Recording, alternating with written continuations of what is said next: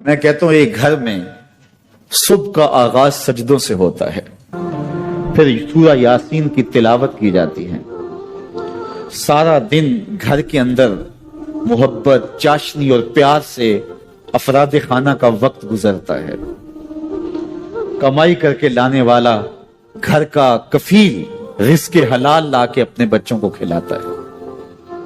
نظر کی پاکیزگی اور خیالوں کی طہارت کا ساما ہوتا ہے،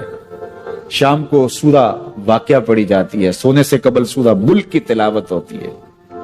دہلیز پہ آنے والے سائل کو جھڑکا نہیں جاتا، مہمان کی عزت کی جاتی ہے، تکریم دی جاتی ہے،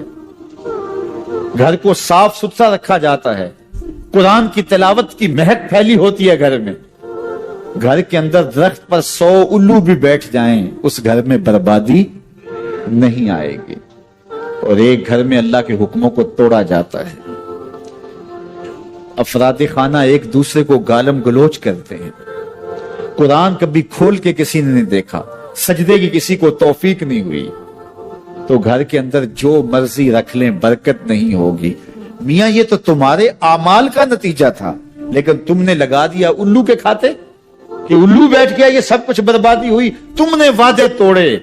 تم نے لوگوں کو 2 نمبر مال دیا، اس لیے تمہاری فیکٹری برباد ہوئی، اس لیے تمہاری دکان نہیں چل رہی، کہ تم کہتے کچھ ہو دیتے کچھ ہو، ایک مرتبہ جو دھوکہ کھاتا ہے وہ دوبارہ تمہاری دکان پہ نہیں آتا۔ یہ الو کا کام نہیں ہے، یہ تمہارے نفس کے الو کا کام ہے، لیکن تم نے الو پہ مر کے کسی منحوسا، یہ فلاں منحوسا ہماری دکان پہ آئی صبح، آج سارا دن گاہک ہی نہیں آیا، کیا فلسفہ تم نے تراشا؟ تو فرمایا ولا ہاما، الو بھی کوئی چیز نہیں، ولا سفرا، اور نہ ہی سفر کا مہینہ کوئی چیز ہے کہ آپ سفر کے مہینے کے نام لگا کر کے کسی چیز کا انکار کرتے ہیں، یہ اللہ کی طرف سے ہے جو تمہیں نصیب ہوتا ہے۔ وَإِن يَمْسَسْكَ اللَّهُ بِضُرٍّ فَلَا كَاشِفَ لَهُ إِلَّا هُوَ، اللہ تعالیٰ تمہیں کوئی نقصان پہنچانا چاہے تو کوئی اس نقصان کو دور نہیں کر سکتا سوائے اللہ کے، اور اگر اللہ تمہیں کوئی بھلائی دینا چاہے، تمہیں بہتری عطا کرنا چاہے، فلا راد لفضلہ، اللہ کے فضل کو کوئی واپس بھی نہیں کر سکتا، لٹا بھی نہیں سکتا، اللہ کے فضل کو کوئی ٹال بھی نہیں سکتا۔ سارا زمانہ لگ جائے کسی شخص کو نقصان پہنچانے کے لیے، لیکن اللہ کی نصرت اسے نصیب ہو، کوئی بال بھی بیکا نہیں کر سکتا۔ سارا زمانہ کسی کو فائدہ دینے میں لگا رہے، لیکن اللہ نہ چاہے تو ایک ذرے کا فائدہ بھی نہیں پہنچا سکتے۔ ایسا ہوتا ہے نا کہ مریض بہت دولت مند ہے اور اعلیٰ سے اعلیٰ علاج گاہ میں اس کو پہنچا دیا گیا، ہر وقت 5-6 ڈاکٹر اوپر کھڑے ہیں، ایک ایک سانس کو کنٹرول کرنے کی کوشش کرتے ہیں، کئی مشینوں کے اندر ایک ایک چیز کا ہر وقت ٹیسٹ ہو رہا ہے، لیکن موت آئی تو سارے ڈاکٹر ایک سانس کی بھیک بھی نہیں دے سکتے۔ اور دوسرا بیمار پڑا ہے، ہاسپٹل والوں نے بھی جواب دے دیا، اس غریب کو کسی پرواہ نہیں کی ہے، اس کو باہر جھاڑے میں پھینک دیا، میرا مالک شفا دینا چاہے تو اسے عطا کر دے۔ شفا اللہ کے پاس ہے، موت اللہ کے پاس ہے، زندگی اللہ کے پاس ہے، خیر اللہ کے پاس ہے، وہ جس کو جو چاہے عطا کرے۔ اپنے عقیدوں کو مضبوط کرو، اللہ پر توکل کرو، اللہ پر بھروسہ کرو، وہ چاہے تو ہوتا ہے، وہ نہ چاہے تو کچھ نہیں ہوتا، اس کے چاہنے سے ہے اور اس کے نہ چاہنے سے نہیں ہے، اس لیے اس کے چاہنے سے خیر ملتی ہے، اس کو خیر چاہے تو خیر ملتی ہے، اور اگر وہ کسی کی خیر نہ چاہے تو سارا زمانہ بھی لگ جائے تو خیر نہیں۔ لوگ کہتے ہیں کہ الو آ گیا، اور جہاں الو ہوتا ہے وہاں اجاڑ ہوتا ہے، یہ بربادی کی علامت ہے۔ الو استعارہ بنا لیا بربادی کا، اور یہ ہمارا خود ساختہ ایک تصور ہے کہ جس جگہ پہ الو بولیں، الو بیٹھیں تو وہاں بربادی آ جاتی ہے۔ عجیب فلسفہ گھڑ لیا، الو کے بولنے سے بربادی کیسے آئے گی؟ اور اندر کا نفس الو بن گیا تو پھر بربادی آئے گی۔ اس کو دیکھو کہ وہ خراب تو نہیں ہو گیا۔ لوگ آکسیجن سے سانس لیتے ہیں، لیکن مسلمان حضور کی محبت سے سانس لیتے ہیں، ان کا جینا مرنا حضور کے نام سے۔ محبوب کریم صلی اللہ علیہ وسلم کی آبرو، حضور کی عزت، حضور کی ناموس کائنات کا سب سے قیمتی اثاثہ اور سب سے قیمتی سرمایہ ہے۔ گزشتہ کئی صدیوں سے مغرب باقاعدہ تحریک کے طور پہ حضور علیہ السلام کی ناموس پہ حملہ آور ہے، لیکن گزشتہ ایک عشرے سے بہت زیادہ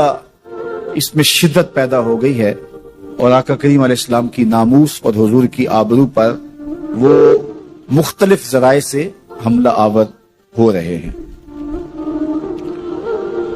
یہ ایسا کیوں ہے؟ اس کا سبب مسلمانوں کی کمزوری، باہمی انتشار، فرقہ واریت، بد عملی، جہاد گریزی اور مسلم حکمرانوں کا فرنگی روحوں کے سانچے میں ڈھل جانا اور ان سے غیرت، حمیت کا ختم ہو جانا ہے۔ وہ ہمیں اس پوزیشن میں لانا چاہتے ہیں کہ ہم اس کو گوارا کر لیں اور اس کو برداشت کر لیں، اور امت اگر اس کو گوارا کر لیتی ہے تو پھر اس کا وجود مٹ جاتا ہے۔ 56-57 اسلامی ملکوں کے حکمران بے غیرتی کی چادر اوڑے سوئے ہوئے ہیں۔ اس کمزور حالت میں بھی اگر یہ کھڑے ہو جاتے ہیں تو ہالینڈ کو جرأت نہیں ہو سکتی کہ وہ کوئی خاکہ تراش لے، لیکن بدبختی یہ ہے کہ 56-57 اسلامی ملک، 1.25 ارب آبادی کے حکمران، یہ ایک چھوٹی طاقت نہیں ہے، بہت بڑی طاقت ہے، لیکن اس کے باوجود یہ خواب خرگوش کے مزے لے رہے ہیں، اور اتنا بڑا حادثہ ہونے جا رہا ہے اور یہ خاموشی کی چادر اوڑے ہوئے۔ اب یہ کیسے جاگیں گے؟